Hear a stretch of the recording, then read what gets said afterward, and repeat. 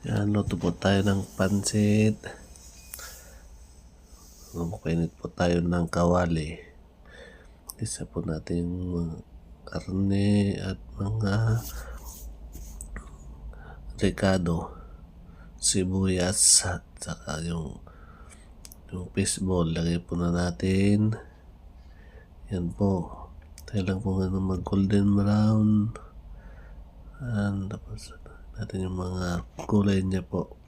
Tapos po side po natin. Tapos makulo po tayo ng tubig. Yan. Kumukulo na po ang tubig. Lagyan na po natin ng pansit. Yan po. Antayin po natin na lumambot lang po ang ating bihon. Pag malambot na po yan, lagay po natin ulit yung kanton.